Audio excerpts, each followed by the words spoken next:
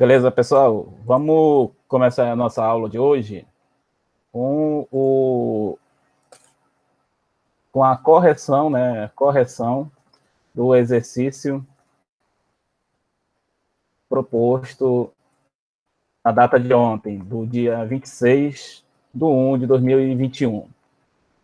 Foram 4 questões, né, que eu coloquei lá naquele exercício e coloquei algumas informações já preliminares que nós vamos estar utilizando constantemente.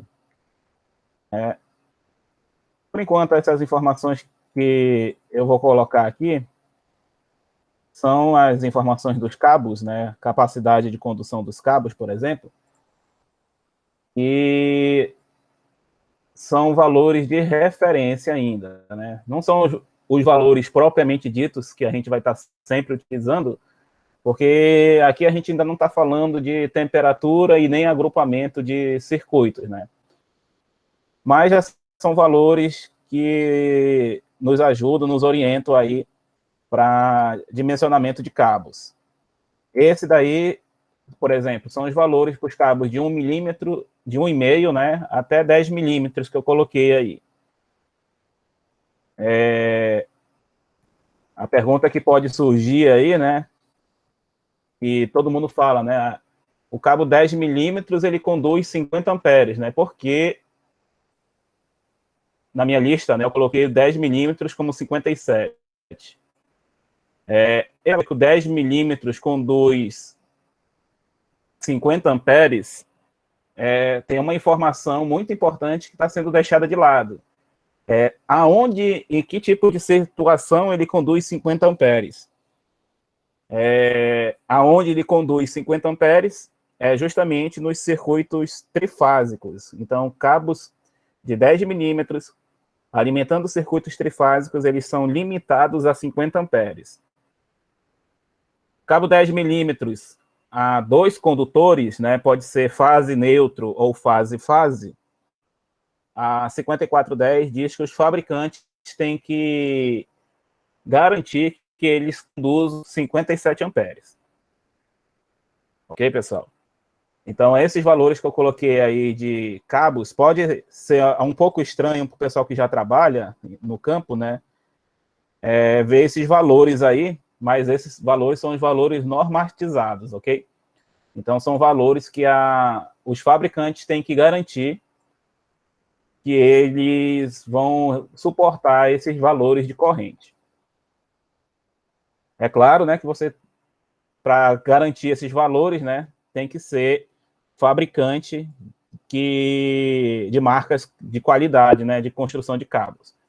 Comprar o cabo Xing Ling, né, que o pessoal fala, é previsível você não ver essa capacidade de condução toda. A outra tabela que eu coloquei foi de valores, não sei se está parecendo um pouco embaçado, mas eu acho que dá para melhorar aqui. Valores de disjuntores, né? Essa tabela aqui eu tirei do fabricante Schneider. Então, para quem não sabe, né, tem disjuntor de 1, 2, 3 e 4 amperes. O 3 eu não sabia também. O 4 eu sabia, 2 e 1 eu sabia. 6, 10, 16, 20, 25, 32, 40, 50 e 63. Então, esses valores dos disjuntores são valores padronizados, né? Aí vai do fabricante para fabricante. Então, vamos para os nossos exercícios, que basicamente calcula o valor do disjuntor com a capacidade dos cabos. Então, vamos começar resolvendo os nossos exercícios, que pede justamente essas 3 perguntas, né? Determinar a corrente de projeto, né? Porque, para que eu tenho que saber a corrente de projeto? Porque quando eu sei a corrente de projeto, né, do meu circuito, eu sei qual o disjuntor que eu vou escolher. Sabendo o disjuntor, eu vou saber qual é o meu cabo a ser utilizado. Então, nada é adivinhação, tudo é baseado no cálculo. Então, lembrando também que a nossa fórmula para isso, né, que é a corrente de projeto, ela deve ser menor ou igual a corrente do disjuntor menor ou igual à corrente IZ, que é a corrente do cabo. Beleza, pessoal? Então, vamos começar aí a nossa correção, começando agora pela letra A. A letra A, ela pede para determinar a corrente de projeto, né? Ou seja, determinar o nosso IB.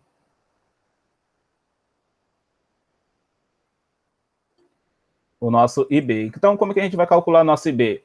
Considere uma instalação elétrica que possui a potência de 3.200 watts aqui, alimentada em 380, com fator de potência igual a 0,92. Uma informação aqui que eu esqueci de colocar, mas caso vocês tenham feito sem essa informação, vamos levar em consideração essa informação que eu esqueci. Como eu falei aqui que era 380, era para eu ter escrito aqui que era um circuito trifásico. Mas, se vocês utilizarem o 380 como se fosse monofásico, só vai mudar os nossos valores calculados, mas eu queria que fosse circuito trifásico. Eu esqueci de colocar essa informação. Então, a gente vai resolver das duas formas, tá, pessoal? Por que a gente vai resolver das duas formas? Como eu não coloquei se era trifásico, lá na região Nordeste, né, eu já falei aqui em no Nordeste, o sistema é 380, 220. Ou seja, o fase-fase deles é 380. O nosso fase-fase é 220. Então, a gente vai resolver dos dois jeitos para quem fez como trifásico e para quem fez como monofásico também. Então, vamos lá. Como é que a gente vai calcular? A gente vai pegar os 3.200 watts e dividir por 380 vezes 0,92 vezes a raiz de 3 para quem fez como sistema trifásico. Para quem não fez como sistema trifásico no exercício, eu vou já colocar a resposta aqui em paralelo de como ficou. Então, fazendo essa resposta em sistema trifásico,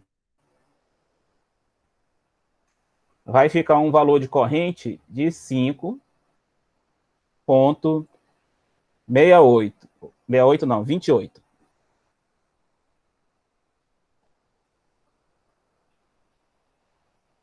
28 amperes. Para quem fez sem a raiz de 3, né, ou seja, um sistema bifásico lá para a região Nordeste, ficaria 9,15.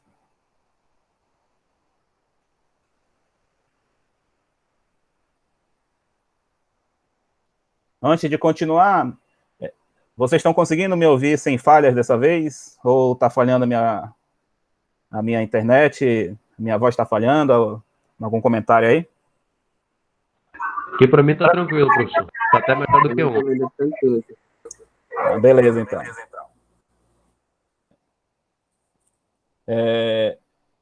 Você tem alguma pergunta aí, Delcio, para fazer?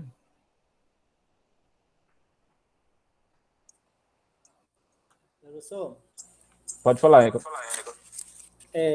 Esse exercício está baseado nessa tabela da capacidade desses cabos aí? Sim, está baseado. Porque, assim, o conhecimento que eu tenho, assim, geralmente a gente trabalha na área aí, eu sei, né, que o cabo em média ele suporta 15, né? 15 amperes, 2,5, 21, 4 dá 28, né? E com essa tabela aí é baseada naquelas porcentagens, vai ficar nesse valor, de acordo com a marca do cabo? De acordo com a 5410, né? Eu vou já mostrar para vocês aonde que está essa capacidade. Tá bom. Porque muitas... Não esquece de colocar no mudo aí, por favor. Porque muitas vezes, que nem você, imagina que o cabo só conduz os 21 amperes, 15, do jeito que você está falando, né? Vou dar um abre aspas, justamente por causa dessa pergunta, antes de a gente continuar. Está bem aqui a tabela.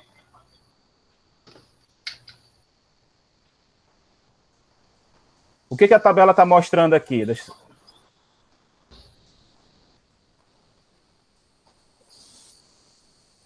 Só um minutinho, por favor.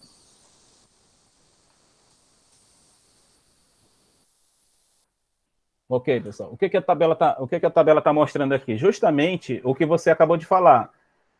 Cabo 1,5, ele conduz 15,5, né? Cabo 2,5, 21. E por aí vai, né? Cabo 4 milímetros, 28. Daqui a pouco eu já vou mostrar o que quer dizer condutores carregados, que é justamente esse 3 aqui. Mas eu posso antecipar que esses valores são para sistemas trifásicos. Para sistema mono e bifásico, que são 2 fios, já é esse valor de corrente aqui que a gente deve adotar.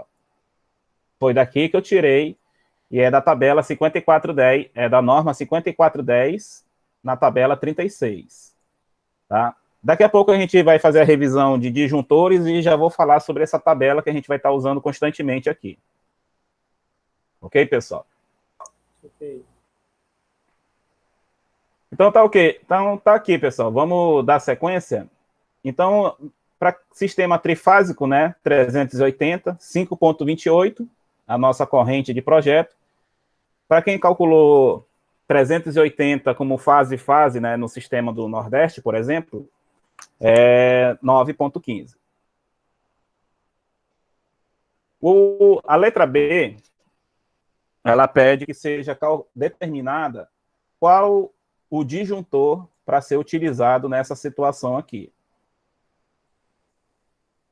O disjuntor, eu falei na aula de ontem, que ele tem que ser sempre escolhido baseado na corrente de projeto e deve ser o próximo seguinte ao valor determinado. 5,28, a gente vai olhar agora aqui na tabela de disjuntores. Ó. Quem é o próximo seguinte de 5,28? Nesse caso aqui, vai ser um disjuntor de 6 amperes para o sistema trifásico, e seria um disjuntor de 10 amperes para o sistema fase-fase em 380.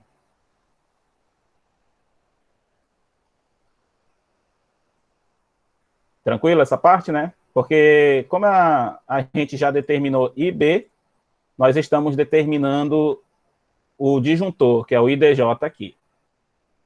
A letra C pergunta qual é o cabo a ser utilizado. Então, o cabo ele tem que ser sempre maior do que o valor do disjuntor. No nosso caso aqui, nós utilizamos disjuntor ou de 6, né, ou 10. Nas duas situações que nós estamos calculando aqui. Olhando essa situação aqui, vamos olhar aqui a tabela de capacidade dos cabos. O cabo que se adequa aqui é o cabo de 1,5. Por quê? Porque a capacidade do cabo de 1,5 é de 17,5 amperes. Então, para estas duas situações, o cabo de 1,5 milímetro seria adequado para os dois casos, se fosse trifásico ou se fosse fase-fase 380, né, que é a situação que nós estamos apresentando aqui. Tranquilo, pessoal? Nesse primeiro exercício?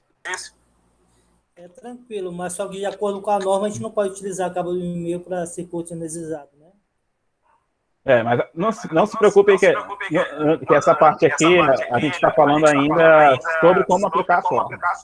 Ah, tá ok. Tá ok? Essa particularidade de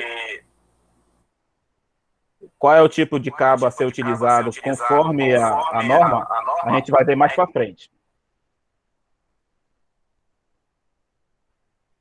Ou seja, eu sei que se fosse já aplicando a norma, seria no mínimo cabo 2,5 aqui. Mas aqui a gente vai aplicar somente a fórmula. Vamos aqui para a segunda questão. Deixa eu pegar aqui, copiar aqui a segunda questão.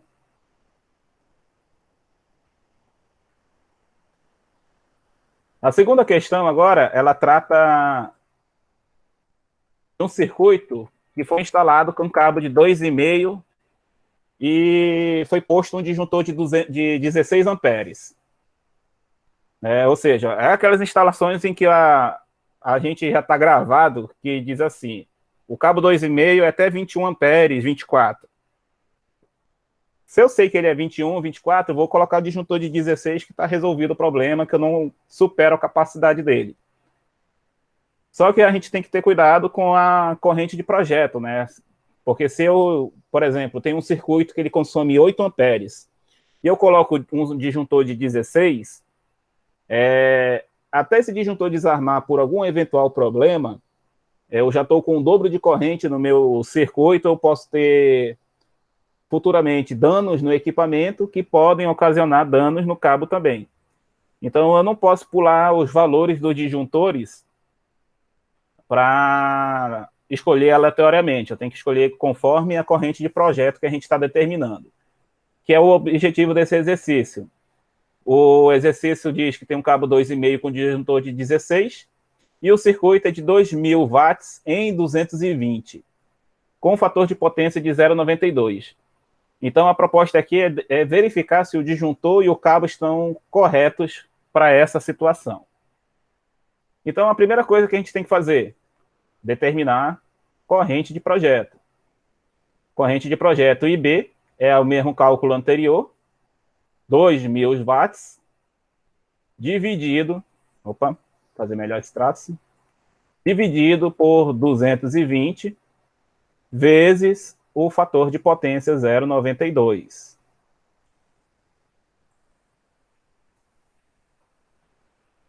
Então, vamos ver aqui, 2.000 dividido por 220 vezes 0,92, temos uma corrente de 9,88 amperes.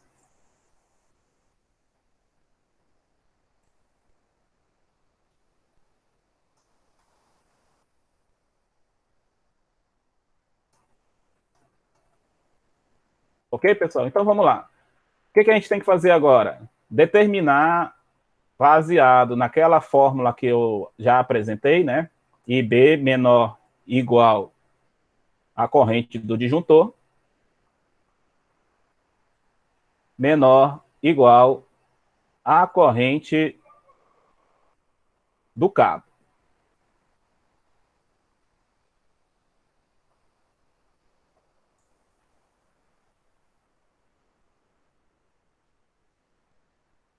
Então, vamos colocar os valores agora. A corrente de projeto é 9,88, né? 9,88 amperes. O disjuntor, 16 amperes. E o cabo é 2,5, de acordo com a tabela aqui, né? 24.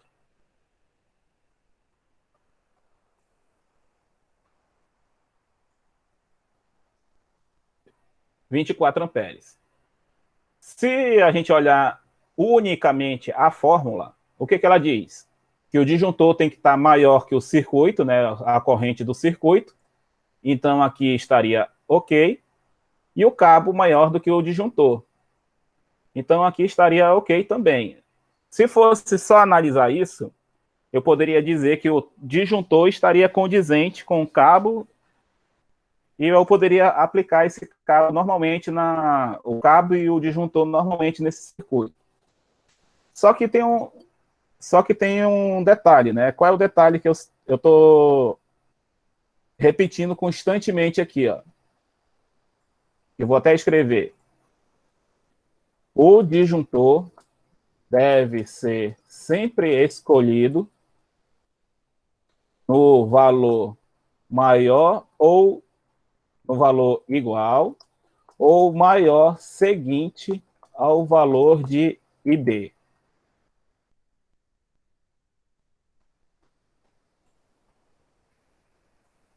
Se o disjuntor deve ser sempre escolhido no valor igual à corrente de projeto ou maior seguinte, vamos olhar quais são os disjuntores que nós temos disponíveis. Nós temos disponíveis disjuntor de 10 e de 16. Ele colocou 16, mas para essa corrente de projeto, o disjuntor tinha que ser de 10 amperes. Então, a resposta final aqui é o seguinte: o disjuntor escolhido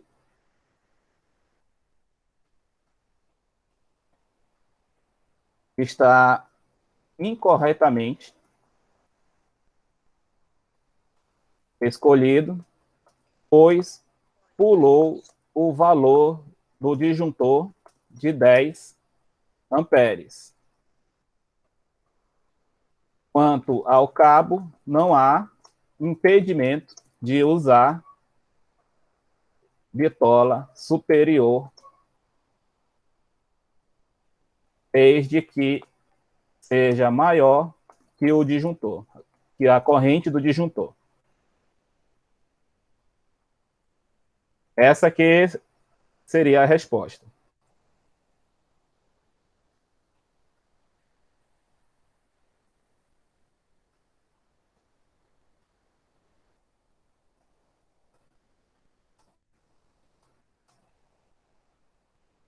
Ok, pessoal? Alguém aqui fez diferente?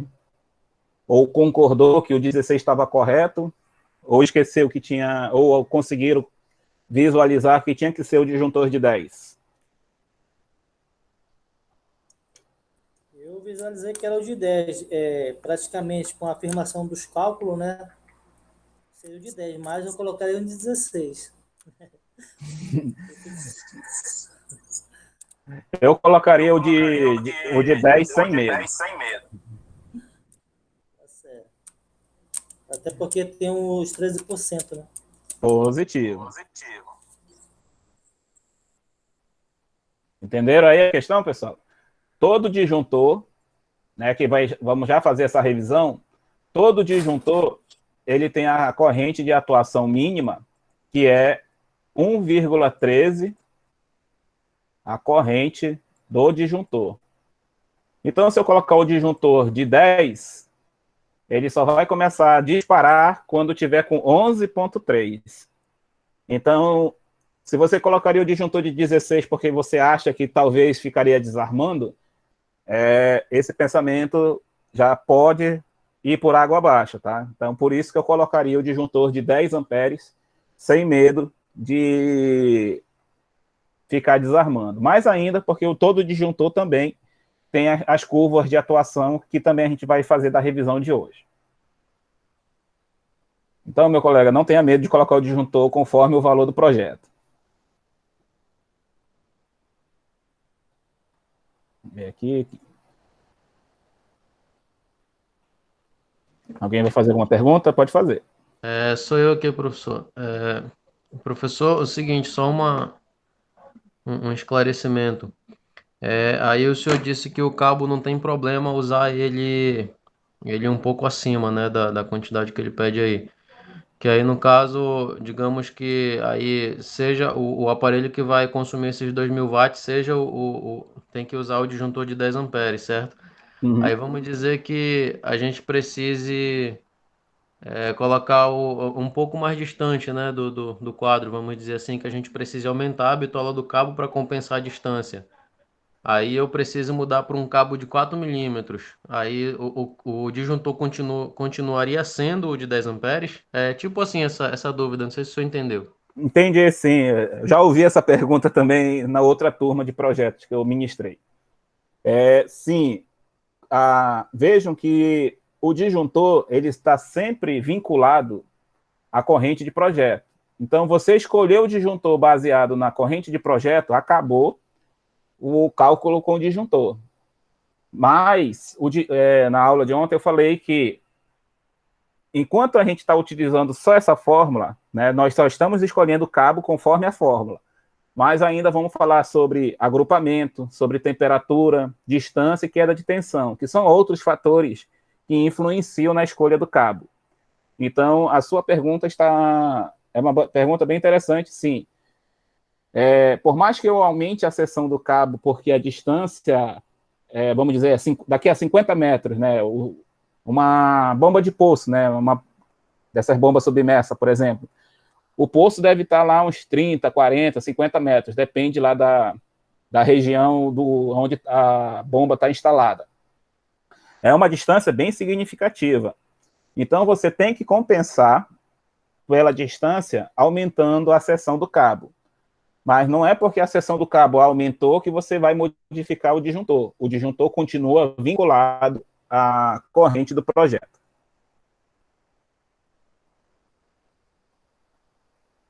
Ok, pessoal? E por que completar aqui a resposta? Por que a gente tem que aumentar a bitola do cabo conforme a distância? Porque digamos que seja 220 volts, né? E está daqui a 50 metros. Daqui a 50 metros, vamos dizer que essa tensão caiu para 200 volts. Então, o que a gente tem que fazer? Aumenta o cabo para poder diminuir essa queda de tensão e tentar voltar por 220, né? Chegar o mais perto possível, aumentando a bitola do cabo. Aí, como é que é a nossa fórmula da potência, né? Sem direta. Tensão vezes a corrente vezes fator de potência. Se a queda de tensão é tão grande que acontece, consequentemente, a potência vai cair. A potência caindo, a corrente também tende a cair. Aí eu compensei o cabo com uma queda de tensão menor. Então a tensão voltou por 220, a potência para o nominal e a corrente também para nominal dela. Então a corrente do circuito continua a corrente nominal, porque eu aumentei a seção para voltar para os 220. Ok, pessoal? Espero que tenha esclarecido também a sua pergunta. O motivo é porque eu vou voltar para os 220 volts, né, com o aumento da seção, e o meu equipamento vai funcionar na corrente nominal que foi projetada. Beleza, professor, está esclarecido. Beleza, pessoal. Mais alguma pergunta? Que eu estou copiando aqui a próxima questão.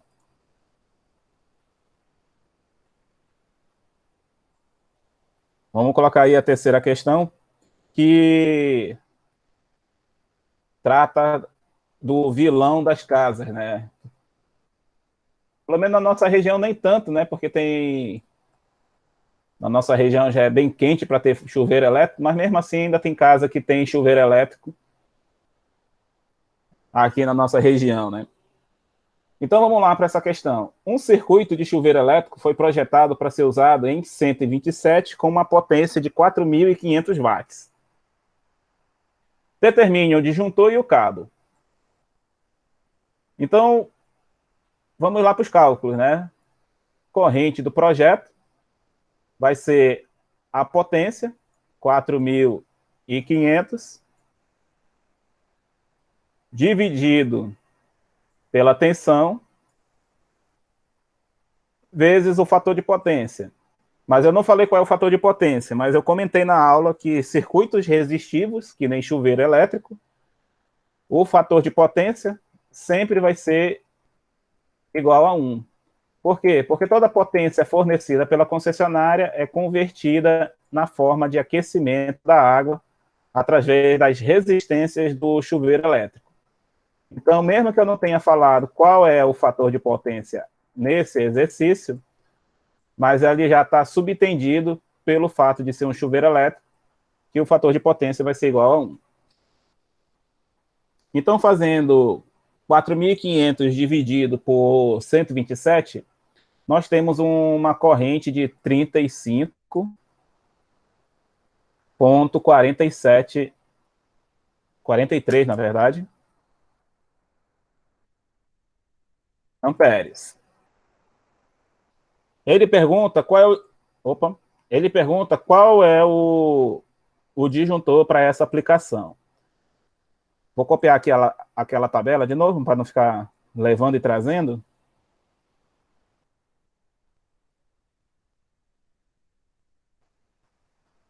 Tá aqui. Com 35,43, nós vamos observar que existe o disjuntor de 40 amperes desse fabricante que nós estamos utilizando. E o cabo, vamos por sequência, né? A corrente do disjuntor que nós escolheríamos aqui, 40 amperes. 40 amperes. E o cabo condutor, ou seja, o IZ, ele tem que ser maior ou igual à corrente do disjuntor. Então, o IZ pode ser 41 amperes, que nos traz o cabo de 6 milímetros.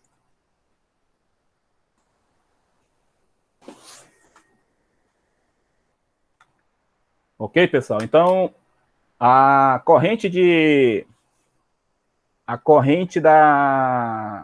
do disjuntor que nós estamos escolhendo seria de 40 amperes, e a corrente do cabo vai ser um cabo de...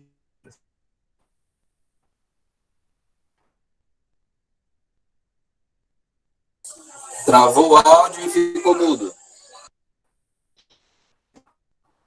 Oi, estão conseguindo ouvir agora? Tá falhando, viu? Oi, estão conseguindo ouvir agora? Tá normal? Ou ainda tá falhando aí o áudio? Beleza. Então, vou repetir aqui a questão do exercício, né? O disjuntor que nós escolheríamos aqui seria o disjuntor de 40. E olhando aqui a tabela, o cabo seria de 41 amperes, que é o cabo 6 milímetros. Lembrando sempre que o cabo, conforme a norma, pode ser o valor do disjuntor, e o cabo tem que ser maior ou igual à corrente de capacidade do cabo, né? Ou seja, por mais que esteja o disjuntor 40 e o cabo 41, a norma ela aprova esse tipo de escolha.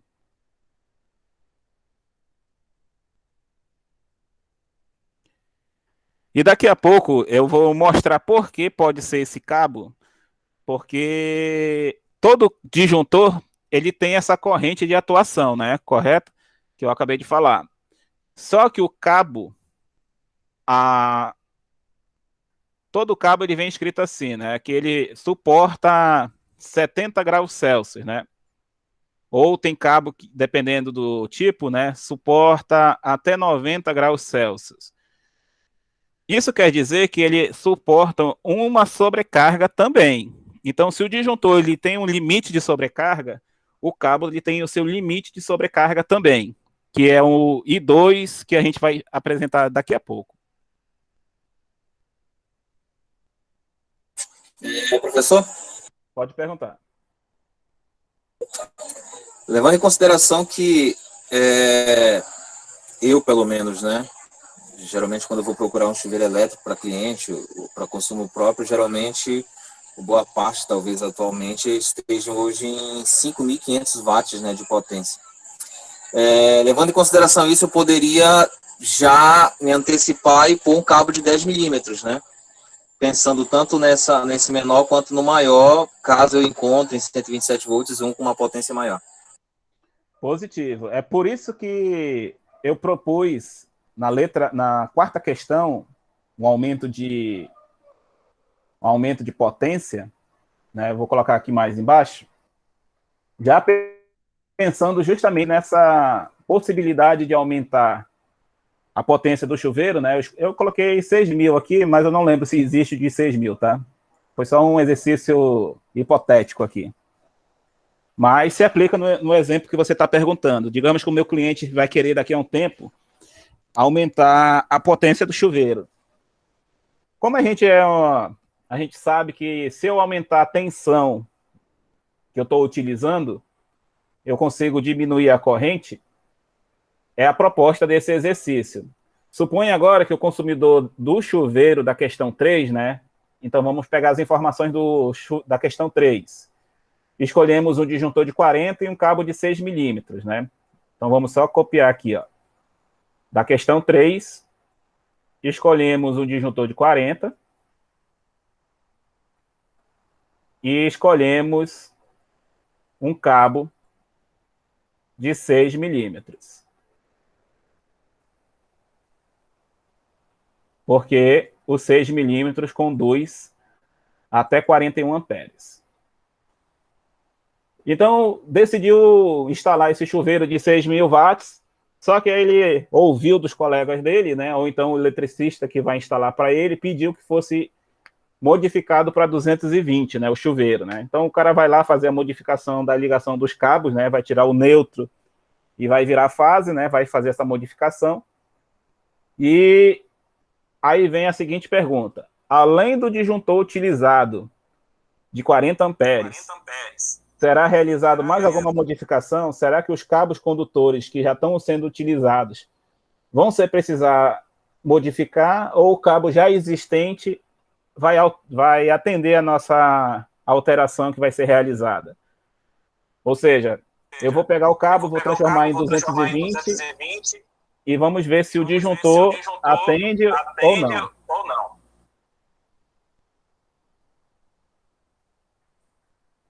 O cabo vai ficar, o cabo atende e tem que trocar o disjuntor por bipolar, né? Porque ele é um sistema 220. O bipolar já é certo a gente trocar. O cabo atende, sim.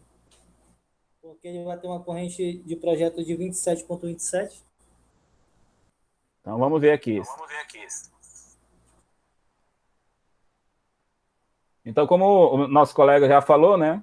A corrente de projeto nessa situação aqui vai ser o 6.000 dividido por 220, que vai resultar na corrente de 27,27 amperes. Então, observando a nossa fórmula, o que está faltando? IB, vou estar sempre repetindo para a gente não esquecer, IB menor ou igual ao disjuntor, menor ou igual à corrente do cabo. Então, a nossa corrente de projeto é 27,27. Já determinamos esse valor. O disjuntor que nós estamos utilizando é um disjuntor mono e de 40 amperes. Então, além de trocar esse disjuntor mono por um disjuntor bipolar, porque conforme o item 543, né, que eu falei ontem, o disjuntor tem que ser conforme o tipo de instalação. Então, se essa instalação está virando 220, com certeza vai ser 220 um disjuntor bipolar, porque a alimentação é fase-fase. E o disjuntor que estamos usando era de 40. Então, eu não posso pular outros valores de disjuntores, tem que ser sempre o maior seguinte. Então, o nosso maior seguinte, pela tabela que nós estávamos utilizando, é um disjuntor de 32 amperes. E o cabo era 6 milímetros. Então, como o cabo já era de 6 milímetros e tinha uma capacidade de 41 amperes, então, com essa modificação do disjuntor para 32 amperes, agora ele ganha uma folga um pouco maior para ser utilizado. Então, a nossa resposta final, né? Somente será necessário modificar o disjuntor de monopolar para bipolar no valor de 32 amperes.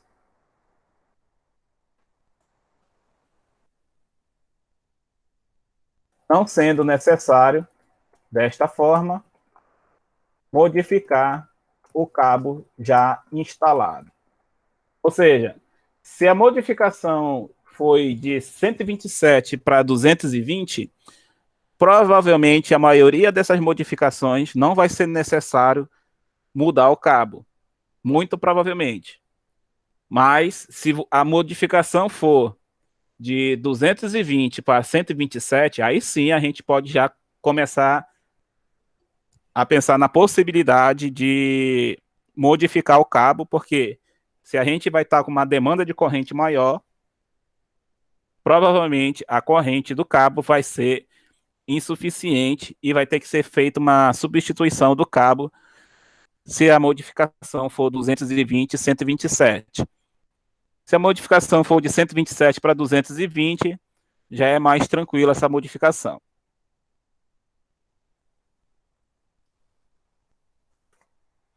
Ok, pessoal? Alguma pergunta aí nesse quesito, nesse item? Deu para fazer as 4 questões a tempo? A prova vai ser que nem um exercício, né, professor?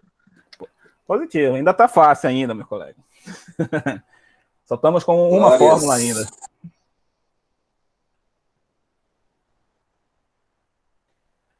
Então, vamos começar aí a nossa revisão aí dos disjuntores, da questão da curva dos disjuntores, né? Deixa eu só pegar aqui o gráfico que eu vou pegar para apresentar.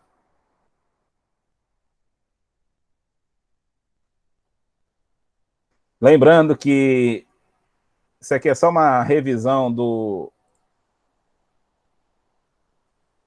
lá do módulo de instalações, né? Deixa eu apagar aqui.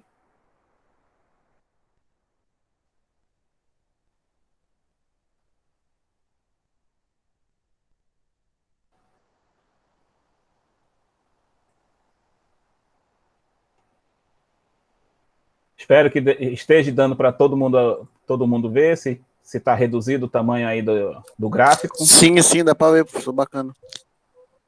Então, beleza, vamos escolher um disjuntor de 10 amperes aqui como valor de referência, tá? Tudo que eu vou falar aqui, imagina sendo um disjuntor de 10 amperes. Então, vamos começar aí a nossa revisão aí revisão de curva de disjuntores. Vou até colocar aqui, revisão de curva de disjuntor.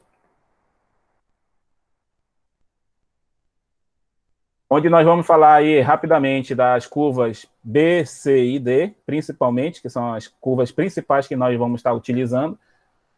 Em instalações tanto residencial como predial, a maioria das curvas é curva B e curva C que a gente utiliza.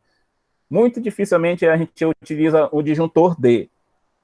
Para curvas muito longas, né, que é de atuação rápida, a gente usa aquele disjuntor de caixa moldada e geralmente ele é programável, né, ele é ajustável à curva dele. Então vamos lá, vamos começar primeiro falando sobre a corrente de atuação mínima, né? Todo disjuntor ele tem uma corrente de atuação mínima que nós vamos chamar nesse caso aqui de IA. Então, o que é essa corrente mínima, né? Que é determinada pela fórmula 1,13 vezes a corrente do disjuntor. Então, a corrente de atuação mínima, como o nome diz, é a corrente em que o disjuntor ele vai entrar na área de sobrecarga. E o que é a área de sobrecarga, né? É essa área aqui da curva, compreendida aqui nesta região. Ó. Nessa região onde essa curva está fazendo essa descida aqui. Ó. Não sei que cor fica melhor para destacar. Mas a curva começa aqui nessa parte superior, onde eu estou colocando aqui a seta. E ela vai até essa ponta aqui embaixo. Ó.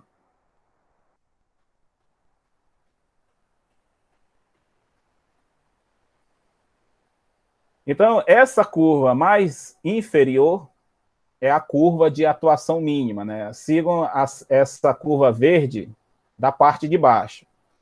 Essa curva de atuação mínima é o valor que eu estou falando de 1,13 vezes o valor do disjuntor. Que valor de atuação é essa? Baseado no disjuntor de 10 amperes, esse valor seria de 11,30 amperes. Ou seja, em nenhum momento, qualquer corrente que esteja abaixo desse valor de 11,30, o disjuntor ele não vai desarmar. Eu vou até colocar uma curva mais grossa aqui, ó, que ela representa daqui, aqui desse ponto que eu estou marcando, até aqui, um pouquinho depois desse número 1, aqui embaixo. Então, aqui é 1,13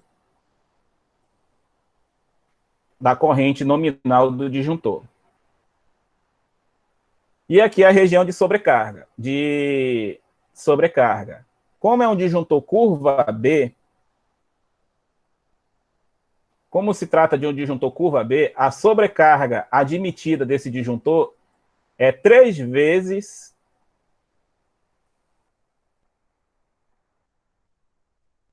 vou escrever aqui embaixo, sobrecarga do disjuntor curva B é entre 3 vezes a nominal do disjuntor até 5 vezes a nominal do disjuntor. Então, ele tem uma faixa de atuação entre 3 e 5 vezes a corrente do disjuntor. Por isso que esse gráfico tem duas curvas. Uma entre 3 e outra entre 5. E qual é essa curva superior, né? Essa curva mais em cima aqui? Se nós temos a corrente de atuação mínima, nós também temos a corrente de atuação máxima. Essa corrente de atuação máxima, ela é 1,45 vezes a corrente do disjuntor.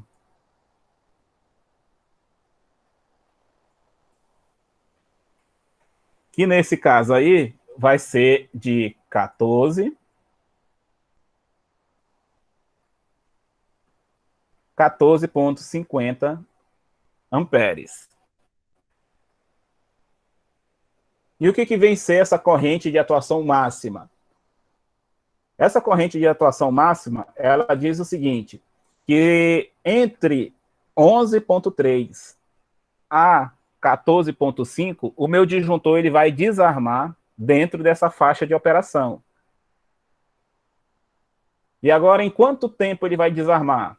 Aí a gente precisa determinar, vou escrever um pouco mais aqui embaixo, na verdade vou apagar,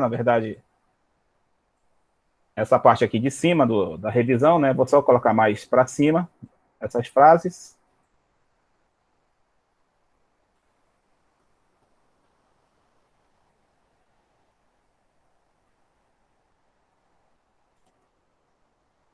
Nós temos que determinar qual é o tempo de atuação dessa sobrecarga. Como que eu determino? Através do gráfico e do projeto, né? Vamos utilizar as letras que a gente já está utilizando, a corrente do projeto dividido pela corrente do disjuntor. Então, vamos dizer, a corrente do disjuntor de 10 amperes, vamos dizer que nós temos uma corrente de projeto de 8,5 amperes. 8,5 dividido por 10, nós vamos ter o seguinte resultado, 0,85. O que a gente vai fazer com esse valor? Vocês estão vendo que tem 0,5, 1, 2, aqui nessa parte de baixo, ó. 0,5, 1, 2, 3, 4, vai até 200. Isso daí é o fator de sobrecarga. Aonde está 0,85? Vou colocar em azul aqui. 0,85 estaria bem aqui onde eu estou fazendo este X e estou subindo esta linha azul. E vou fazer essa seta azul aqui em cima. Vocês estão vendo que a seta azul, a linha azul que eu acabei de desenhar, ela está antes dessa linha vermelha e ela não toca esse gráfico verde que eu estou desenhando, que eu deixei apresentado aí. Sim. Então, isso significa que este disjuntor não está na faixa de sobrecarga. Ou seja, ele nunca vai desarmar. Então, esse disjuntor ele vai operar dentro da sua operação normal, porque o circuito está operando dentro da faixa de operação do disjuntor.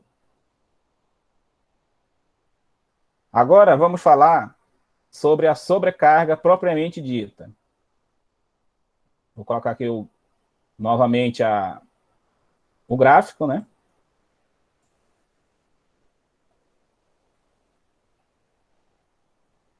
Vamos lá, tem atuação mínima e atuação máxima, né? Agora vamos supor que esse circuito, em vez de ter a corrente de 8 amperes, né, 8,5, passou agora, por algum motivo, por alguma falha, por algum problema aí, passou para 20 amperes.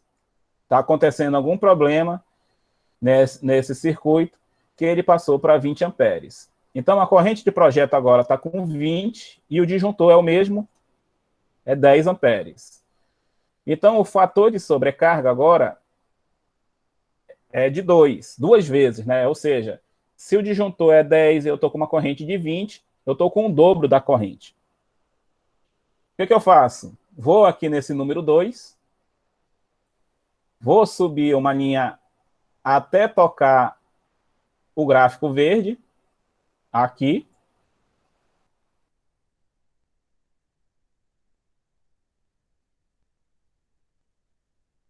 Ele tocou neste ponto onde eu estou fazendo o X e levo para o lado esquerdo. Então, esse disjuntor, olha o tempo aqui agora. O tempo de disparo, ou seja, o tempo de desarme do disjuntor, é em segundos. Então, no mínimo, esse disjuntor ele está entre 10 e 20, né? Vamos dizer que esse número que ele bateu aí seja 15. Então, com 20 amperes, esse disjuntor, no mínimo, daqui a 15 segundos, ele vai desarmar. No mínimo. Mas nós também temos tempo máximo. O que a gente faz? A gente não tocou nessa primeira curva de baixo? A gente segue na curva de cima, que é esse tempo aqui em cima, essa segunda curva, e lado esquerdo também.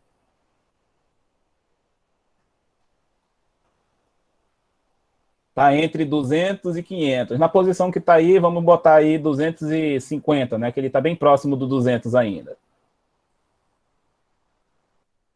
Vamos dizer que foi 250 segundos. Então, o que quer dizer? Esse disjuntor pode desarmar daqui a 15 segundos ou, no máximo, 250 segundos, que daria, deixa eu ver quantos minutos, quase 4 minutos.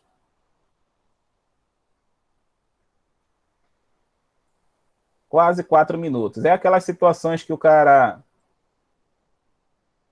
desarma, você arma, daqui a um tempo ele fica operando, e daqui a alguns minutos desarma o disjuntor.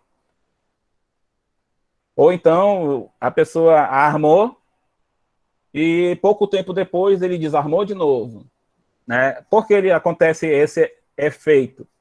Porque o disjuntor ele tem curvas de atuação. Ou ele atua no tempo mínimo, ou ele atua no tempo máximo. Mas ele vai atuar. Então, esse tempo aqui de sobrecarga, né, é a característica do disjuntor termomagnético. Nós estamos atuando na parte térmica do disjuntor. Quando a gente atua na parte térmica, nós estamos falando de sobrecarga. Ou seja, o que é sobrecarga? É um excesso de corrente em que se faz necessário passar um determinado tempo para o disjuntor poder desarmar. Isso é sobrecarga. Agora vamos falar na região acima da sobrecarga. Vou apagar aqui esses tempos de atuação mínimo e máximo, né, que a gente já falou.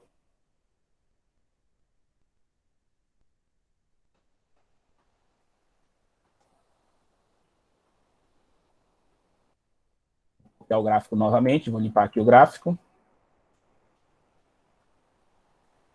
Agora vamos calcular um fator de sobrecarga onde a corrente que está acontecendo é de 45 amperes.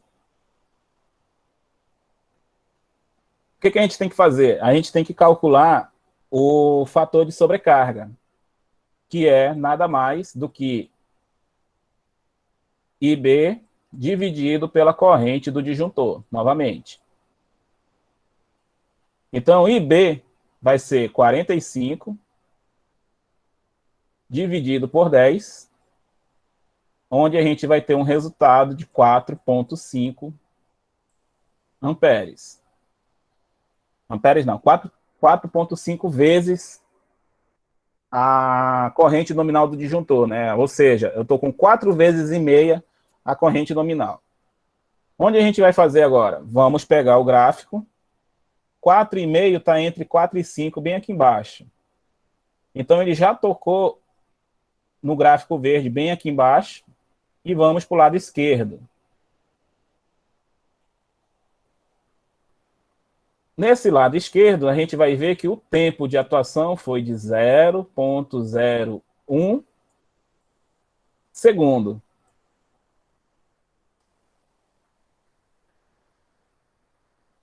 Para nós, 0,01 segundo é praticamente um tempo instantâneo.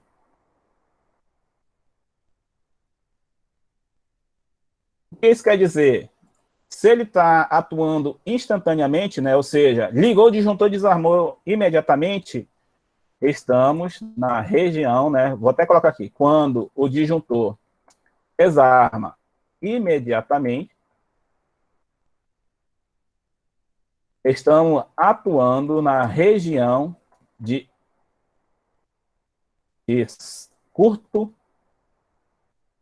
a região magnética do disjuntor, atuando no curto circuito.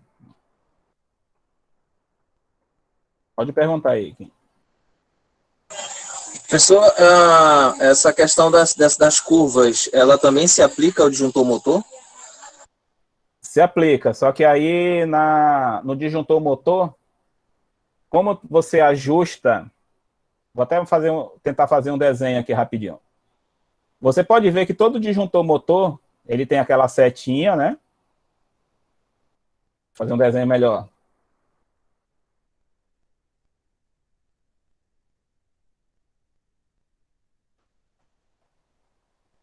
Ele tem a setinha, né? Mais ou menos assim, né? E se você olhar bem, ele tem a seta e tem mais ou menos um negócio bem assim desenhado.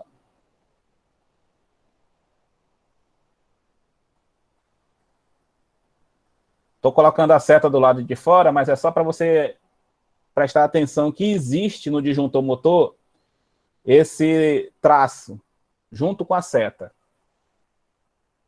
O que quer dizer? Quer dizer que quando você ajustou, digamos, um disjuntor motor, que ele é entre 8, acho que entre 8 e 16, por exemplo.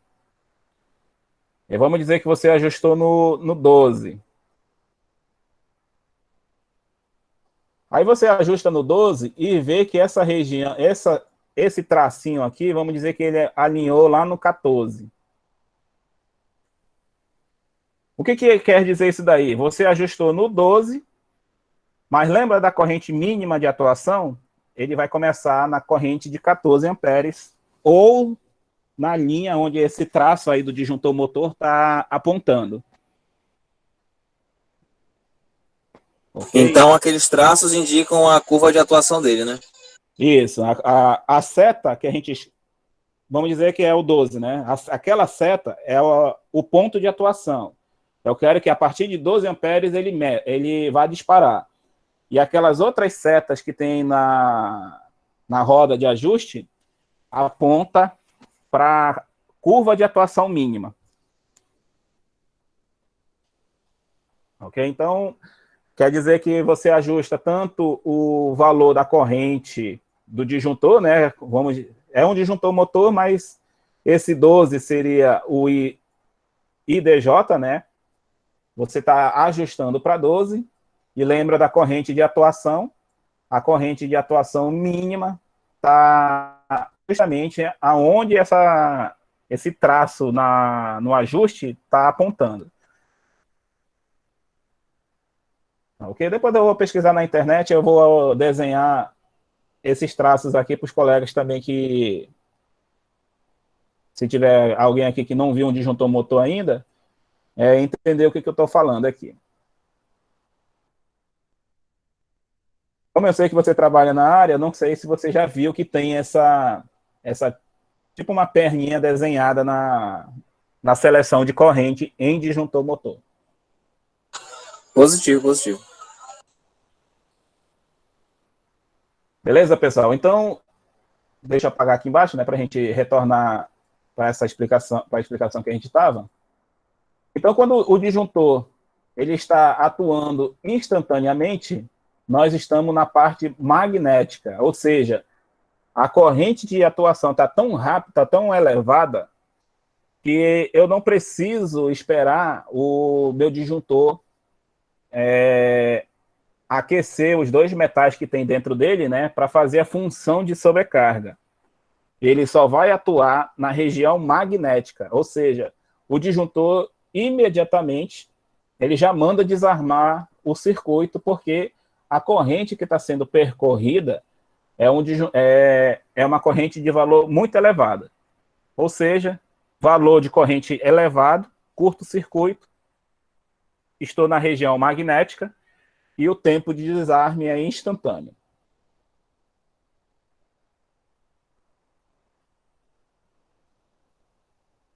Beleza, eu falei na corrente, no tempo mínimo, né? E esses 45 amperes estaria aonde na atuação máxima? Na atuação máxima, ele estaria basicamente dentro de 20 segundos ainda para atuar. Então, o disjuntor nesses 45 amperes, curva B, ele vai atuar entre 20 segundos a 0,01 segundos. Mas pode ter certeza que a maioria dos disjuntores curva B, eles sempre atuam na primeira curva, né? Geralmente na curva de atuação mínima. Que é o caso de 3 vezes, considerando um disjuntor de 10 amperes. Professor, eu falei curva B, disjuntor de 10. E se for um disjuntor de 16 amperes? A explicação é a mesma, só que a diferença, né, começa lá na fórmula da curva de atuação, né? A fórmula da curva de atuação, ela diz que é 1,13 o valor do disjuntor. Então, aqui, nessa fórmula, no valor do disjuntor, você vai colocar lá 10, 16, 20, 30 amperes, 32, né? por aí vai. E se for um disjuntor NEMA, que é aquele preto, né, um antigo, né? Aquele disjuntor NEMA, ele tem só praticamente a função magnética. Ou seja, ele só enxerga curto-circuito. É por isso que aqueles disjuntores NEMA estão caindo em desuso, porque vocês com certeza já devem ter visto algum disjuntor daquele em que a ponta do cabo está toda preta, já detonou toda a isolação já está toda derretida ali próximo do disjuntor, né? Isso quando o disjuntor foi mal dimensionado. E o disjuntor não desarma, né? Ou seja, ele fica derretendo o cabo vai se danificando e o disjuntor está lá funcionando normal. A casa pega fogo e ele não está nem aí. Ele não está nem aí porque justamente ele só atua na região magnética. Tem que ter um curto-circuito para poder desarmar. Então, beleza, pessoal. Essa daí é a curva B. O que diferencia para a curva C e para a curva D? Que foi a pergunta do Jairo ontem.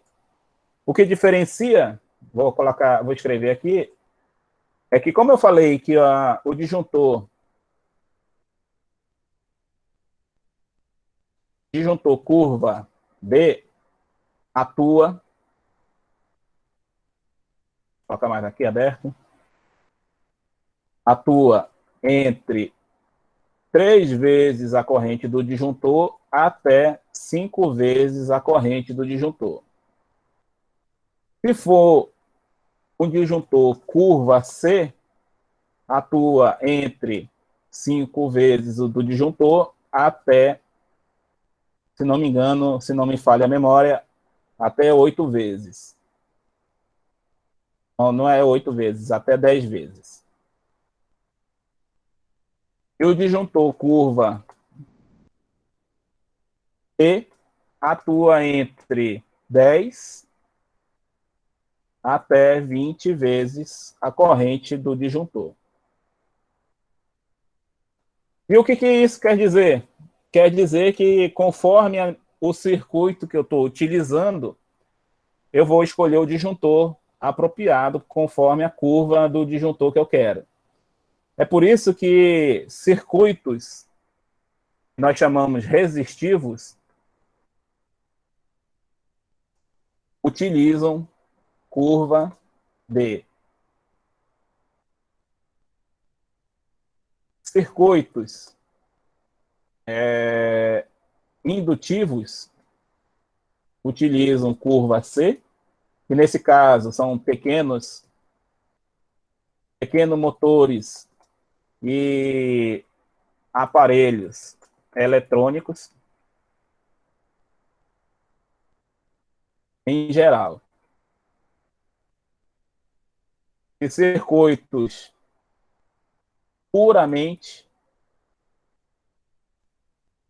indutivos, curva D. E no caso aqui, são grandes motores ou utilização de transformadores. Vou colocar aqui a curva B, né, que eu não coloquei os exemplos. Todo circuito que gere aquecimento através de resistências.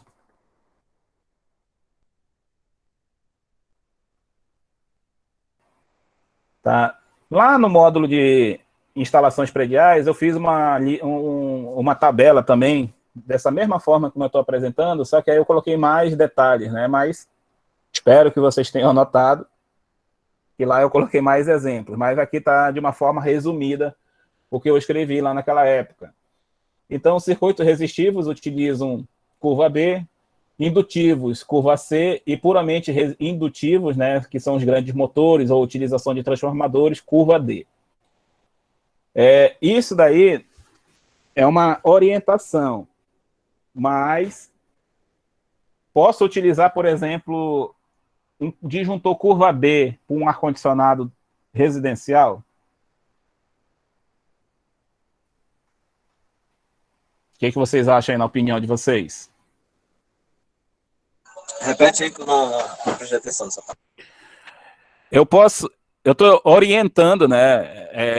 Em geral, né? A gente obedece essa regra aí que eu coloquei, né? Para que tipo de aplicação? Mas eu posso utilizar um curva B para um ar-condicionado, por exemplo, na nossa casa?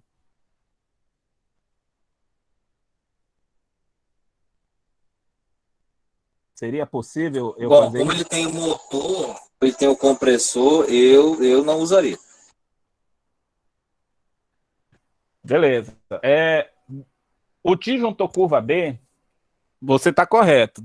Você está correto. Como ele tem motor e tem compressor, ventilador, né? Ele tem o que a gente chama, o que vocês viram no módulo aí com o Rodrigo, de corrente de partida, né? Que geralmente essa corrente de partida, ela é a corrente nominal vezes um fator, né?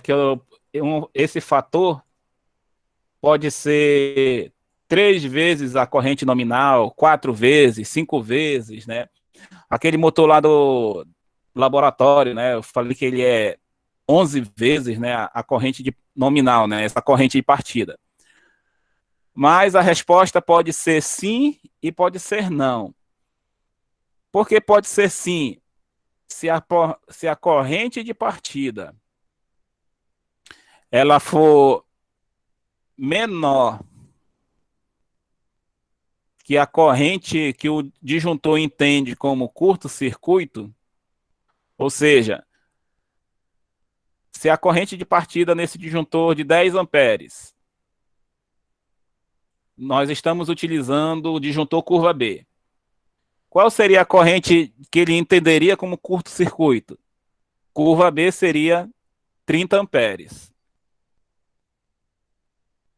Mas vamos dizer que a corrente de partida desse motor foi 22 amperes.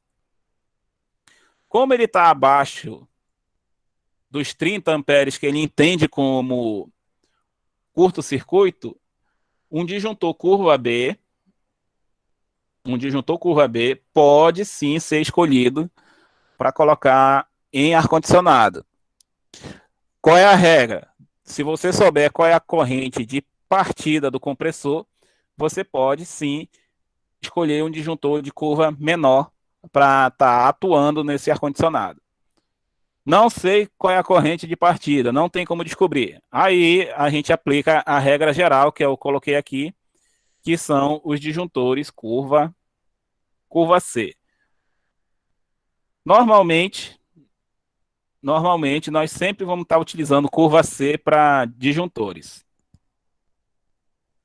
Ok, pessoal? Então, oriente-se normalmente por essa tabela que eu estou falando aqui, da curva B, C ou D. Mas sim, existe a possibilidade de você aplicar uma curva menor em outro tipo de aparelho. Mas aí você tem que ter o cuidado de fazer a escolha correta conforme o circuito que você está aplicando.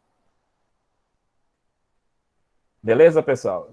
Então, essa é a parte de revisão que eu queria falar aí da curva de disjuntores. Venho perguntar aí se os senhores ainda têm alguma pergunta ou se tem algum questionamento na questão aí da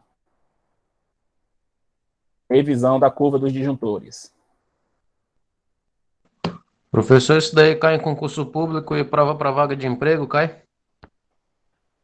Geralmente, concurso público eu ainda não vi, mas para vaga de emprego eu já vi perguntarem sobre tipos de curva, né? Para aonde a gente aplica esse tipo de curva aqui. Mas quem sabe possa cair em concurso público, né, meu colega? Que tudo é possível. Então, beleza, pessoal. Então, vou aqui colocar agora um item, uma continuação do nosso item, né, que eu estava apresentando ontem. Deixa eu só pegar aqui a referência dele, né? Só um minutinho.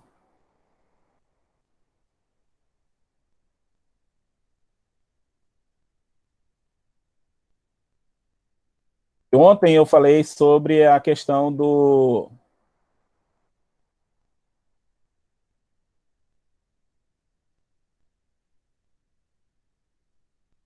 Eu falei sobre a questão do valor, dos valores de projeto, né? Como que a gente tem que determinar a corrente do disjuntor, como a gente determina a corrente do cabo. Só um minutinho.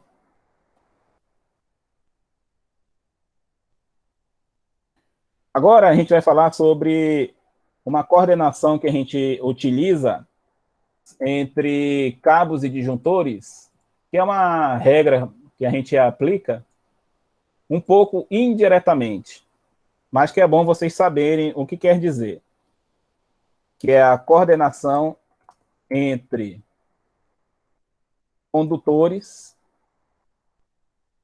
e dispositivos de proteção no item 5341, letra B, a NBR 5410 de 2004. O que esse nome todo quer dizer? Ele quer dizer o seguinte, que todo cabo ele pode ser previsível de curto-circuito e sofrer sobrecarga também. Então, o que quer dizer essas condições de curto-circuito e sobrecarga? A norma 5410, 2004, prevê que os condutores sejam submetidos a, no mínimo, 100 horas durante 12 meses em condições de sobrecarga, ou de 500 horas ao longo da vida útil do condutor. O que isso quer dizer? A 5410, ela prevê que os condutores, ou seja, os cabos que nós vamos utilizar, em algum momento, com certeza, esses cabos vão sofrer sobrecarga, vão sofrer um aquecimento, vão sofrer curto-circuito. E ela prevê duas condições que isso vão acontecer, que no mínimo 100 horas durante 12 meses, ou então 500 horas ao longo da vida útil. E se você não souber não conseguir garantir essas duas condições, ou seja, como é que eu consigo durante 100 horas no mês que esse cabo não venha sofrer essa sobrecarga, né? Porque toda vez que o cabo sofre sobrecarga, ou seja, na ocorrência de sobrecarga,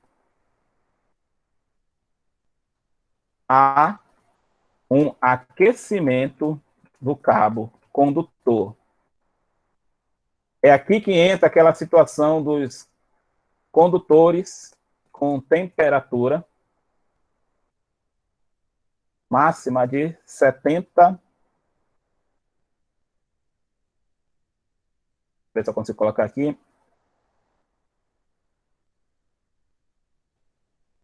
Não é esse aqui, mas vai ser esse mesmo.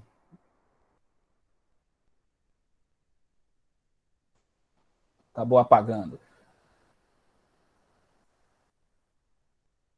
Deixa eu ver de novo aqui. Ou seja, na ocorrência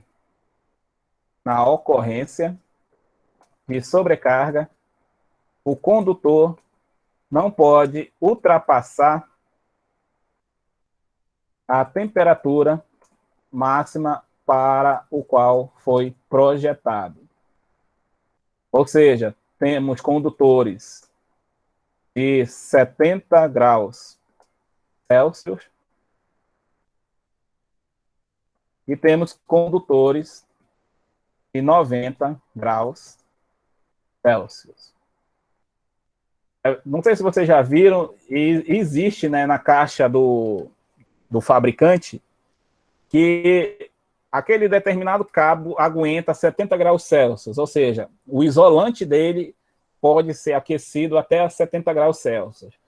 Ou aqueles duplo isolante, né, que tem a capacidade de resistir até 90 graus Celsius. Qual é o problema disso acontecer? Quando a temperatura máxima é atingida, há uma redução da vida útil, né? Então, na ocorrência de aquecimento do cabo, a vida útil do cabo é reduzida. E a própria norma, ela pergunta qual é a condição que eu tenho que ter para que essa vida útil venha a ser preservada, né? Porque se eu tenho vida útil, eu tenho que ter a condição de saber como proteger esse cabo para não ter essa vida útil ultrapassada. Então, como é que a gente tem que saber? Existe uma segunda fórmula, que é o que prevê nesse item 5341, letra B. E o que ele diz? Ele diz o seguinte, que os cabos têm que ser capazes e serem aprovados nessa segunda fórmula que eu estou escrevendo aqui. Um I2, onde esse I2 deve ser menor ou igual a 1,45 da corrente de condução. Beleza, mas o que quer dizer, afinal das contas, esse 1,45 vezes a corrente do cabo, e o que quer dizer esse I2? Esse I2 é uma corrente de atuação do dispositivo de proteção, né? Então, vou escrever aqui. I2 é a corrente mínima de atuação do dispositivo de segurança. Segurança não, de proteção. Onde a atuação é efetiva do mesmo. Ou seja, eu tenho uma corrente mínima para o meu dispositivo ser atuado, e essa corrente mínima, ela tem que ser obedecida. E como é que eu determino essa corrente mínima nesse caso? I2 vai ser igual a 1,45 vezes a corrente do disjuntor. E o IZ a gente já sabe. O IZ é a capacidade de condução do cabo. Então, se eu fizer dessa forma direta, o que vai acontecer aqui? Eu tenho que garantir que 1,45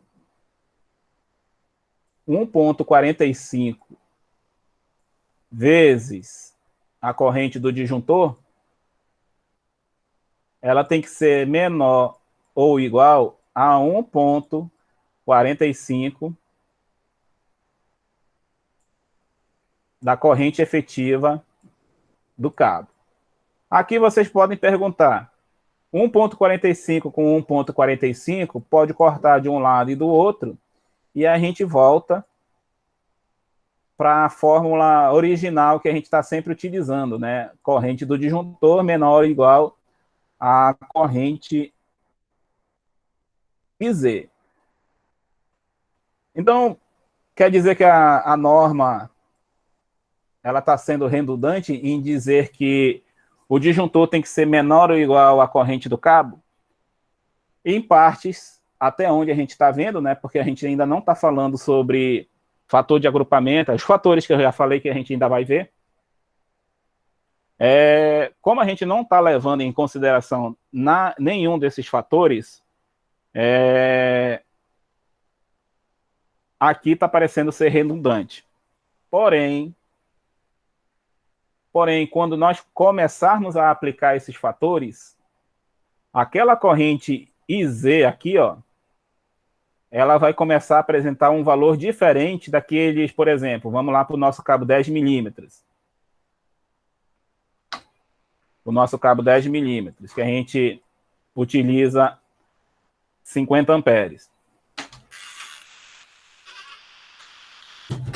Então, quando a gente começar a adotar fatores de proteção, né, de agrupamento, temperatura do ambiente, essa corrente IZ, ela vai ser diferente.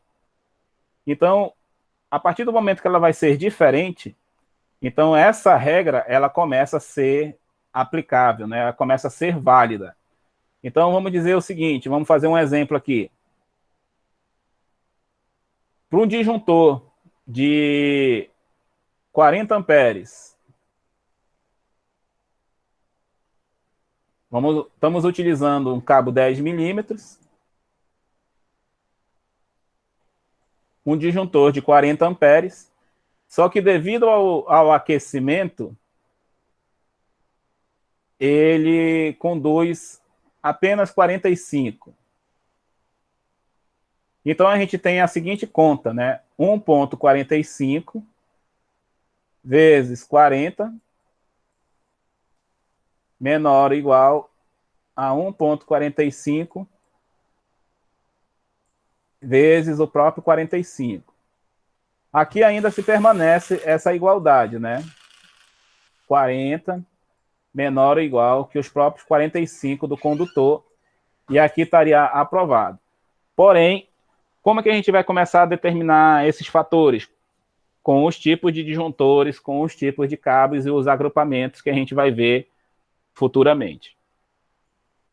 Então, a própria 5410, ela utiliza essa segunda fórmula e esta fórmula que nós estamos vendo desde o início. IB, IDJ e Z.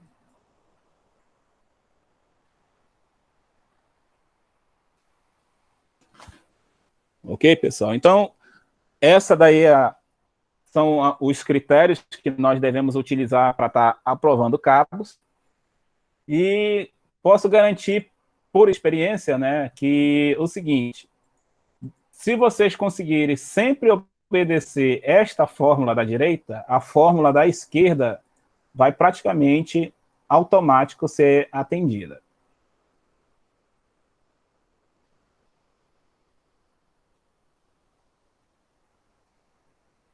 E agora eu vou apresentar aqui para vocês a tabela 36. Vou até escrever aqui em cima. Tabela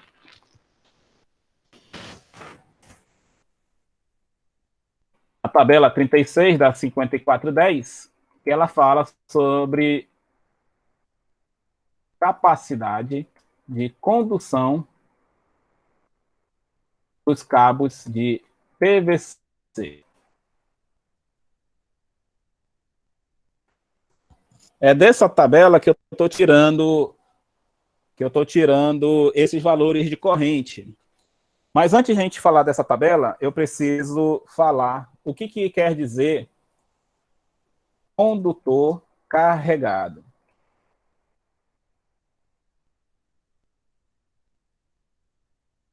Condutor carregado são todos os condutores utilizados para serem aplicadas as correntes de alimentação dos circuitos em questão.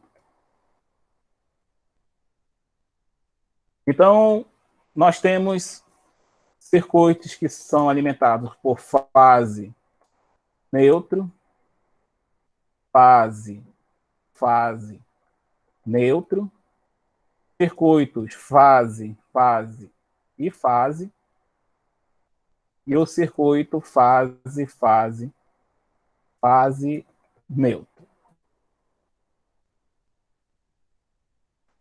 No circuito fase neutro, os condutores que nós utilizamos para poder funcionar, qualquer equipamento que seja, tem que utilizar um condutor para fase, um condutor para o neutro. Se você tirar o neutro, ele não funciona, né? Porque não tem como funcionar só com a fase. E se eu tirar a fase, o neutro não alimenta nada, ele também não funciona. Então, essa situação para os circuitos monofásicos, fase e neutro, nós utilizamos aqui 2 condutores carregados. No circuito fase, fase neutro, né, ou seja, bifásico, nós utilizamos 3 condutores carregados, porque o neutro aqui nessa situação também é considerado condutor carregado.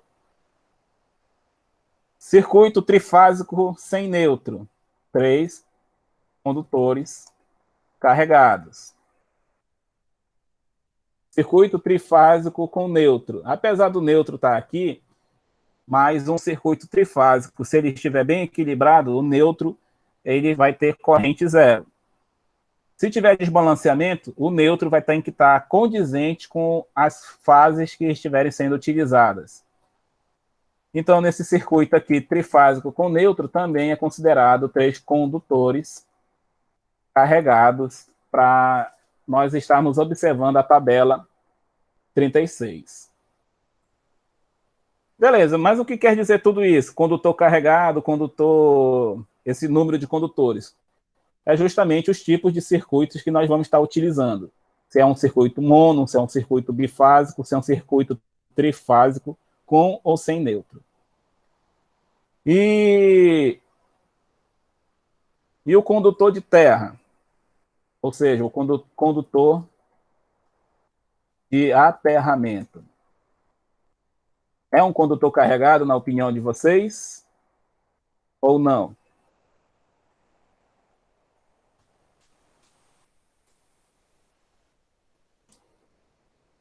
Vou até dar uma dica. Se ele tiver utilizado num chuveiro elétrico, aí o chuveiro elétrico está dando falha. Se tiver dando Pois falha, era o que eu ia falar. vai para o terra.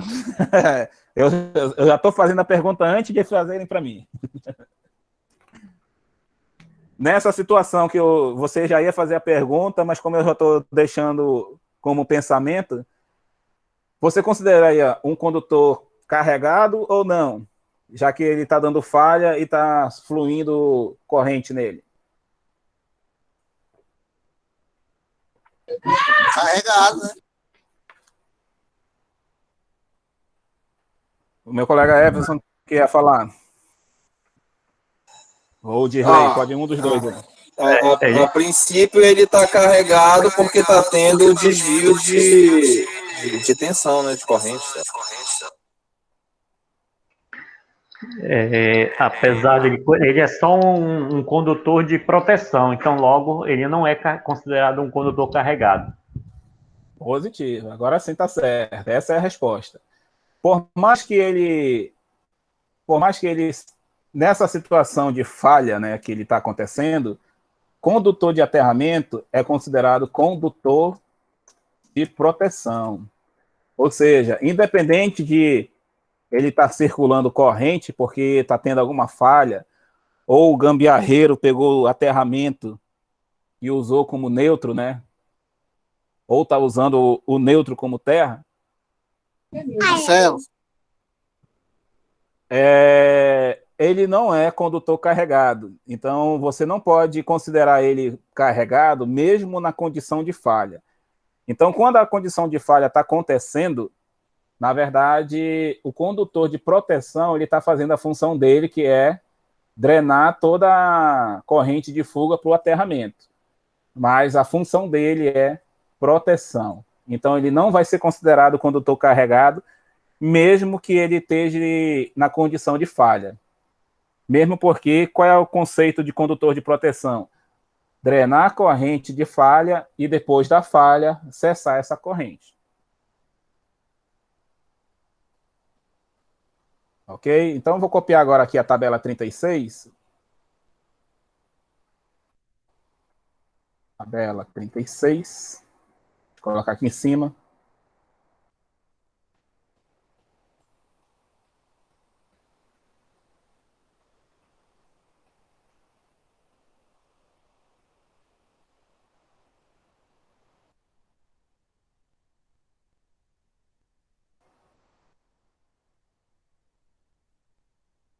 Está aparecendo aqui para vocês, aqui a tabela 36. Está dando para visualizar. Aqui tá normal. Beleza, então vamos ver o que a tabela 36 está nos apresentando aqui. Ó. Tabela 36, ela fala sobre os circuitos onde os condutores são tanto de cobre como alumínio. Isso daqui é o que a 5410 está nos referenciando. Qual é o tipo de isolação que nós estamos vendo aqui? Isolação do tipo PVC. Ou seja, o condutor que está sendo utilizado ele só tem uma capa de isolação. E a temperatura máxima admissível para esse cabo aqui é de 70 graus Celsius. Então, ele não tem nenhum tratamento em especial para ser utilizado. É o condutor comum que a gente compra para nossa residência. E nós vamos começar a ver ó, temperatura de referência. Se ele estiver no ar, a 30 graus, ou no piso, a 20 graus. Então, vamos ver o que quer dizer essa tabela 36. Ela nos mostra qual é a seção nominal para os nossos cabos condutores. Então, qual é a seção que ela começa a apresentar aqui? Condutor de meio, 0,75. Os condutores que mais utilizamos, 2,5, 4, 6 e 16, né, que é por residencial. O industrial vai embora, né, 35, 50, vai aqui até o condutor de 1.000 milímetros aqui nessa tabela da norma da 5410. Mas vamos nos concentrar nos condutores que mais utilizamos na nossa residência ou na indústria. Na tabela 36, ela mostra alguns métodos de referência. E ela já diz que está lá na tabela 33. Então, o que quer dizer esses métodos de referência? São alguns métodos que a própria 5410 classifica em método A1, A2, B1, B2, C e D. Vamos lá para a tabela 33 e conferir o que é esses métodos de referência. Só colocar aqui a tabela 33, rapidinho. Eu só não estou enxergando nada, não. Tem que ver se você não clicou no meu nome que está sem a apresentação. Tem que ser no meu outro nome com a apresentação.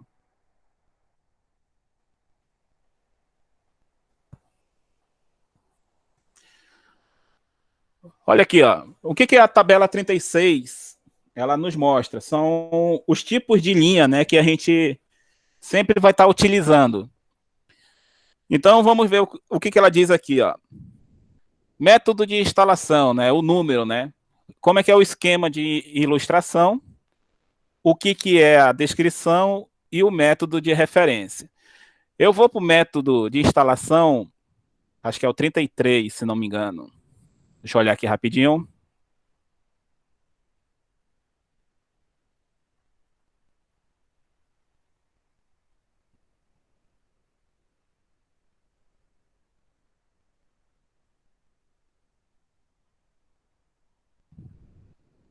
Só procurando aqui, que eu esqueci de deixar separado antes de apresentar aqui para vocês. Mas dá para achar aqui rapidinho.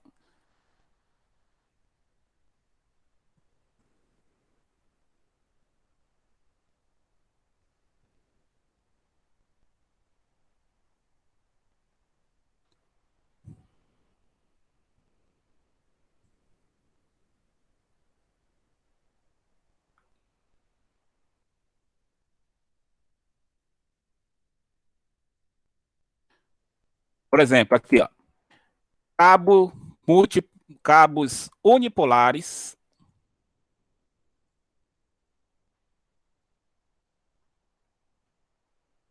Peraí.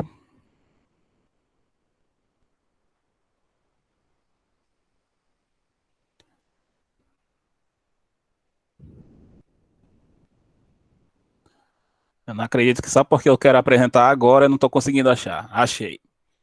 É o método 7.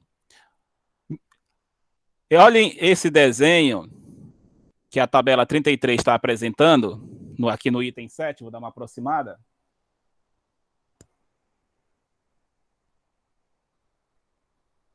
Olha o que é a descrição desse desenho. Condutores isolados ou cabos unipolares, né, os cabos que nós utilizamos, em eletroduto de seção circular e embutido em alvenaria. Pela descrição que está sendo apresentada aqui, que tipo de instalação é essa daí?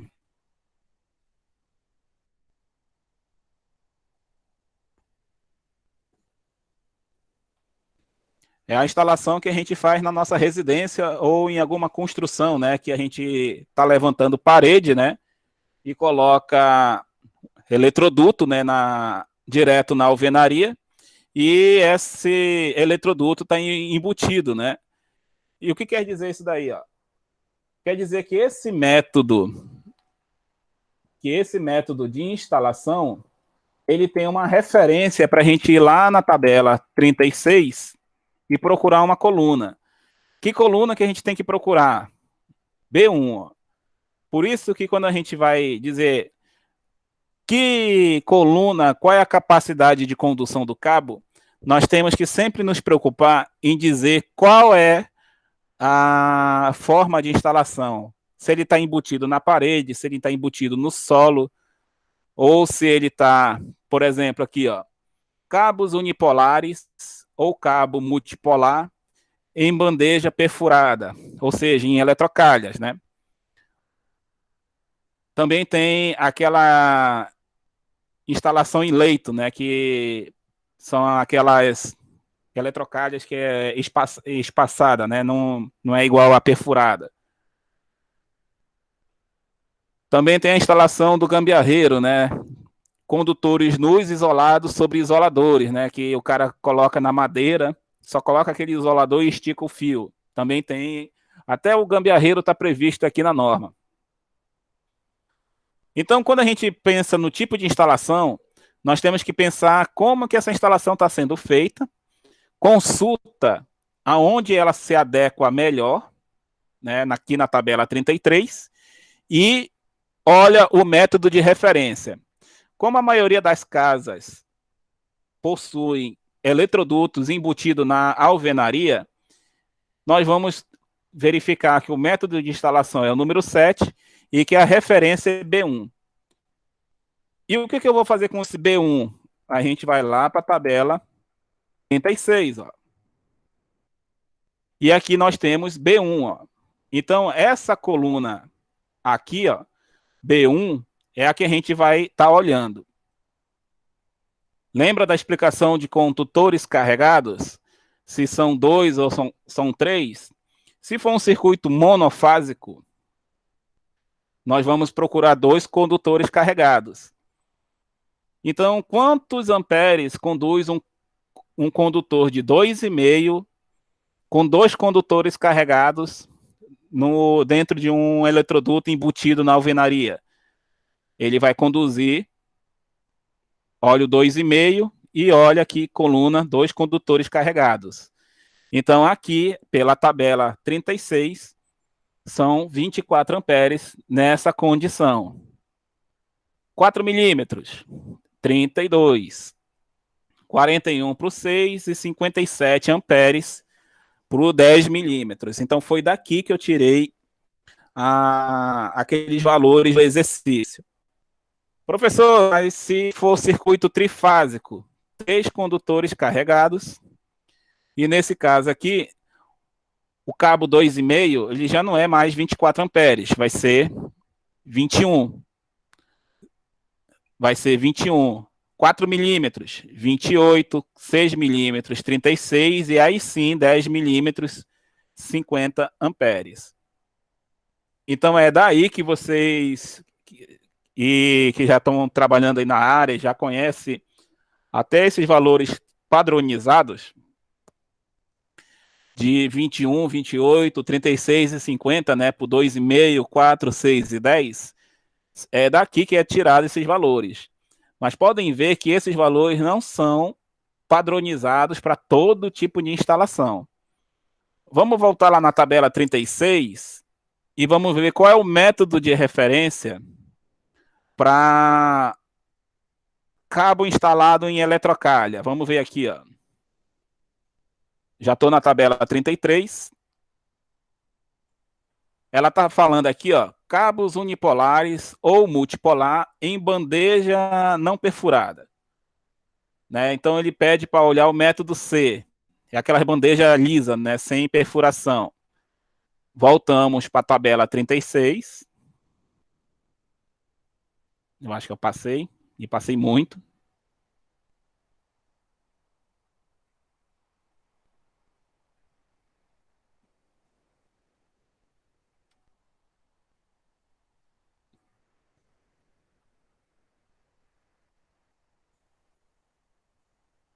Aqui, tabela 36. Em bandeja perfurada, ele não perfurada, né? Ele pede método C. Vamos ver quantos amperes é o método C para o cabo a 2 condutores carregados, o 2,5. De acordo com a tabela, ele já diz que o 2,5 nessas condições é 27 amperes. Aí vocês vão perguntar, mas professor, mas se lá na coluna que diz que é de alvenaria embutida é 24, porque na eletrocalha não perfurada é 27? Porque imagina a seguinte situação, o cabo está dentro de uma parede isolada, né? Ou seja, não tem troca de calor, não tem ventilação, então o cabo ele tende a aquecer um pouco mais. Na bandeja, por mais que ela não seja não perfurada, né, seja uma bandeja lisa, geralmente as bandejas são feitas de material de alumínio. E o alumínio, por mais que o cabo aqueça, ele vai aquecer a bandeja. E a bandeja, por ser de alumínio, ela tem uma troca de calor mais eficiente e não permite que esse cabo aqueça a tal ponto de se danificar. Então, a bandeja funciona como se fosse um radiador de calor, né? Vamos colocar assim, né? Já que ela faz a função de pegar calor e trocar, então ela funciona como um radiador e isso daí permite que o cabo tenha uma capacidade de condução um pouco maior.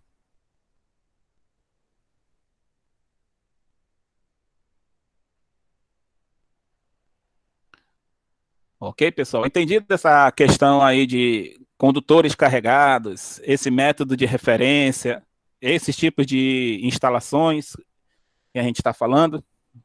Tranquilo, né? Então, pessoal,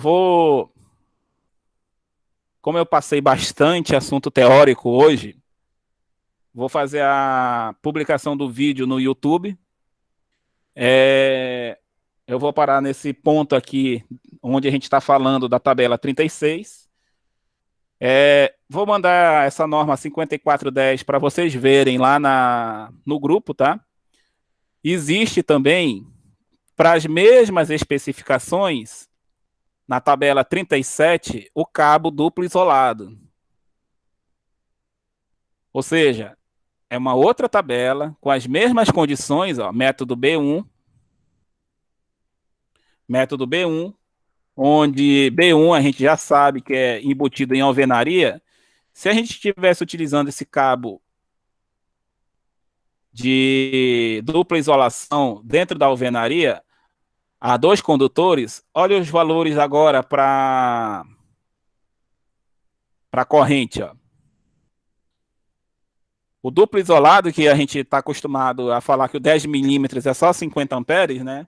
Nessa condição aí, com 2 condutores carregados, o 10 milímetros ele já pula para 75 amperes. Então, tem muitos fatores, tem muitas variantes, né? Olha aqui a temperatura máxima do condutor. Ele já diz que é um condutor, como por ser duplo isolado, ele suporta uma temperatura maior. Então, a capacidade de condução dele também é maior.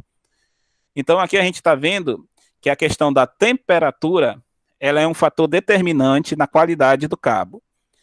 Então, como a gente falou muita coisa teórica hoje, eu vou dar uma parada nesse ponto aqui, vou colocar o vídeo no YouTube e vocês, na medida do possível, assistam essas partes teóricas de novo, que amanhã eu já vou começar a falar sobre a influência da temperatura na capacidade de condução e também já começar a falar um pouco sobre a influência da distância, que quanto maior a distância, maior o cabo, e começar a gente fazer esses cálculos para poder levar em consideração essa apresentação aí dos condutores. Ok, pessoal? Alguém tem alguma dúvida, alguma pergunta a fazer?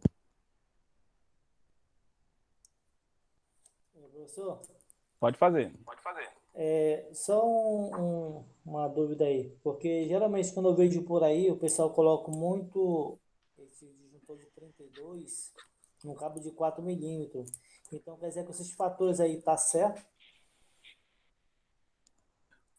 Tá vendo que sem os fatores, Com os fatores. com os fatores, com os fatores, com certeza tem que primeiro calcular. Entendeu? É porque encontra muitos, entendeu? Aí, como tem todos esses fatores, se tiver só dois condutores carregados, então tá certo, então. Se fazendo as contas, o condutor condizer com aquelas regras, eu posso dizer que sim. Pois é. Porque, no caso, como a gente já sabe como é automático, né? De 4 milímetros juntou de 25, né? Positivo. Aí, se tiver só dois condutores carregados, praticamente só no eletroduto, possa colocar um de 32 que vai atender. Não posso afirmar, só com fazendo as contas. Pois é, mas como eu tô dizendo porque devido a essa tabela, né? Que eu pude entender, né? Sim. É só colocar aqui no mudo que está dando eco aqui para mim. Olha só. Olha as condições iniciais. Ó. Temperaturas de referência, né? Ou seja, de 30 a 20 graus, né? Ou no ar ou no solo. E aqui nessa questão dos condutores, é em circuito único, né? Ou seja, só um circuito alimentando, passando por um eletroduto. Não tem outro circuito sendo dividido aqui.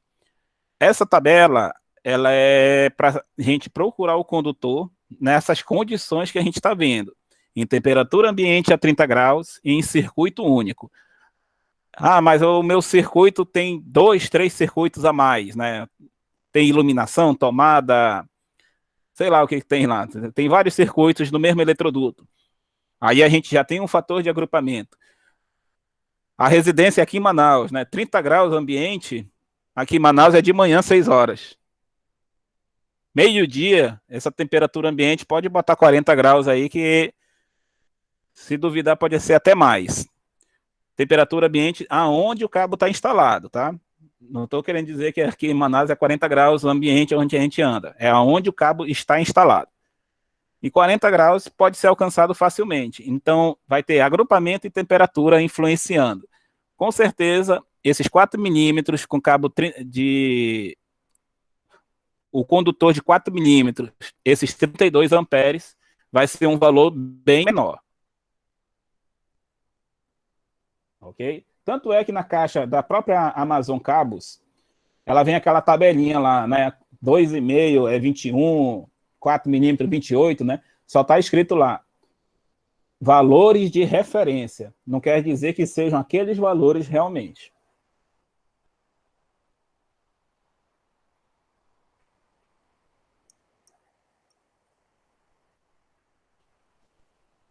Tá ok, pessoal? Mais alguma pergunta? Esses fatores a gente vai começar a começar a ver como é que eles vão se influenciar já a partir da aula de amanhã.